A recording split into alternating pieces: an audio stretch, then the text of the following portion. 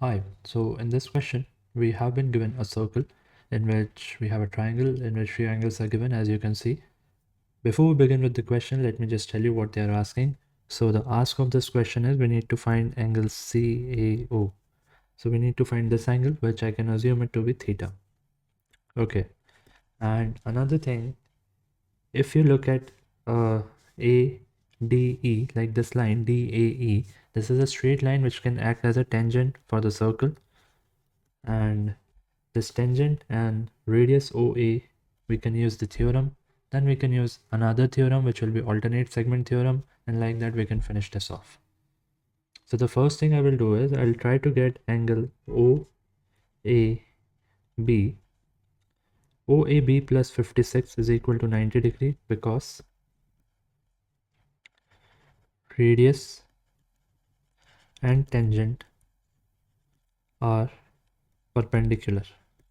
That's the reason. With this, I will get angle OAB is equal to 90 minus 56. That will be 34 degrees. Now I got this angle, so let me just keep on writing as I'm getting it.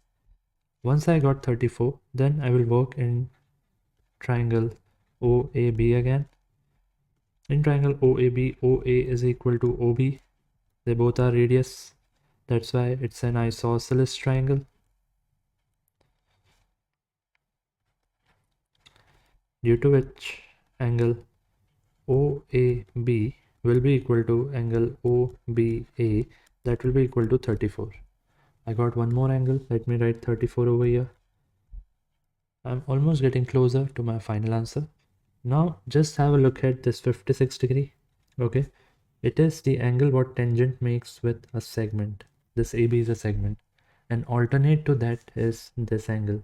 So as per alternate segment theorem, this angle and this angle, they are equal. Okay, so I will write angle ACB is equal to angle BAE is equal to 56. Reason will be alternate segment. Okay, now I am done with almost all angles possible for the triangle. I will work in the triangle and try to apply angle sum property, and that will be my final step. So for applying angle sum property, I will write 56 plus 35 plus 34 plus 34 plus theta.